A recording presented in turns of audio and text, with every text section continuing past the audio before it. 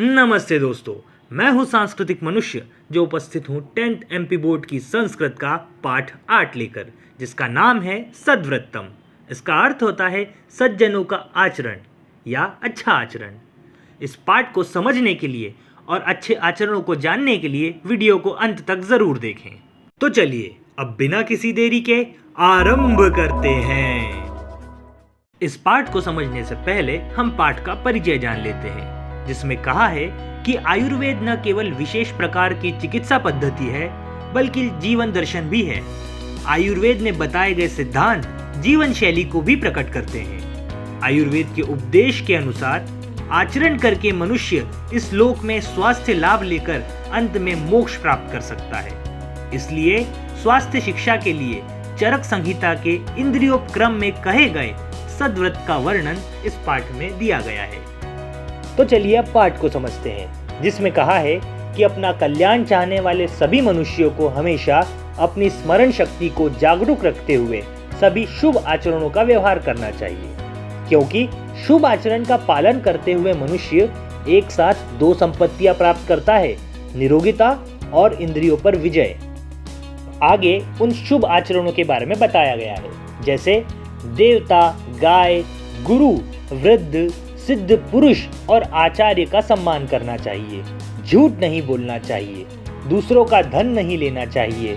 किसी से शत्रुता भी नहीं करनी चाहिए, न पाप करना चाहिए और न ही पाप करने वाले के साथ पाप करना चाहिए, न दूसरों के दोषों को बताना चाहिए, न दूसरों के गुप्त बातों को जानने का प्रयत्न करना चाहिए, न पेड़ पर चढ़ना चाहिए, न पानी के तेज बहाव में नहाना चाहिए, न जोर से हंसना चाहिए, न मुख खोले हुए जम्भाई लेना, छींकना या हंसना चाहिए, न दांतों को कटकटाना चाहिए, न नाखूनों को बजाना चाहिए, अकेले न सुनसान घर में न वन में जाना चाहिए, न महापुरुषों का विरोध करना चाहिए, न नीचों का समर्थन करना चाहिए, न अपनी शारीरिक क्षमता से अधिक कायिक, वाचिक और मानसिक श्रम करना चाहिए, न अधिक शयन, न अधिक जागरण, न अधिक स्नान, न अधिक पानी या मदिरा का पान और न अधिक भोजन करना चाहिए। बिना स्नान किए, बिना शुद्ध वस्त्र धारण किए हुए, बिना गायत्री आदि मंत्रों का जाप किए, बिना होम किए, बिना देवताओं को अर्पण किए, बिना माता पिता को भोजन कराए, गुरु अतिथि यदि उपस्थित हो तो उन्हें और अपने आश्रित नौकर परिवार आदि को बिना भोजन कराए, बिना हाथ पैर मुंह धोए, बिना उत्तर को मुख किए, उदास मन से, न अपवित्र पात्रों में, न निंदा करते हुए भोजन करना चाहिए और न ही शत्रु द्वारा दिया गया अन्न खाना चाहिए, न ही रात में दही खाना चाहिए, न स्त्री का अपमान करना चाहिए, शाम के समय अध्ययन नहीं करना चाहिए, गुरु मुख से न निकली हुई विद्या का तथा हीन वर्ण से विद्या का अध्ययन नहीं करना चाहिए, विकृत स्वर में अर्थात जल्दी जल्दी या धीरे धीरे,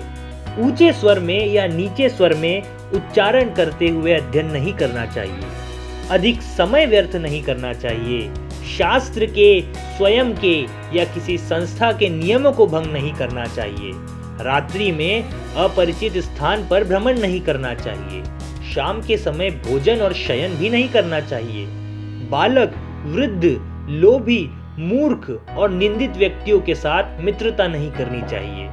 अपनी या दूसरों की गुप्त बातों को प्रकाशित नहीं करना चाहिए और किसी का तिरस्कार भी नहीं करना चाहिए, गायों पर डंडा नहीं चलाना चाहिए, वृद्ध, गुरु, राजा या संस्था पर दोषारोपण नहीं करना चाहिए, अधिक नहीं बोलना चाहिए, भाई,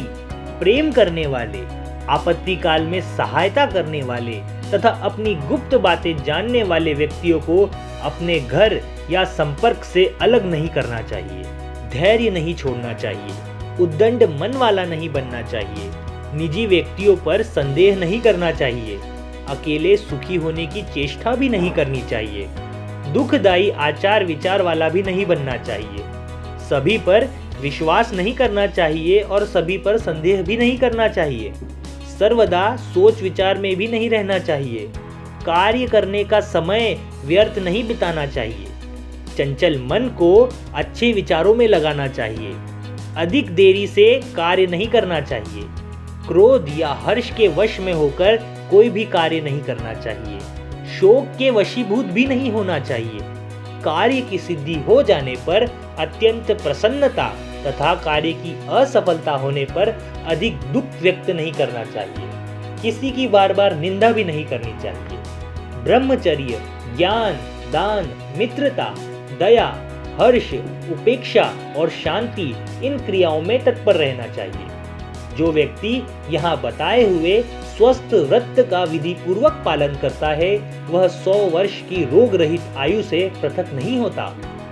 तो इस पाठ का सार हम यह समझ सकते हैं कि चरक संहिता से जो अच्छे आचरण लिए गए हैं इनका पालन कर हम अपनी जीवन शैली सुधार सकते हैं और साथ ही नियंत्रित और निरोगी जीवन जी सकते हैं। इस पाठ में दिए गए बहुत से आचरणों के बारे में तो हमें बचपन से बताया जा रहा है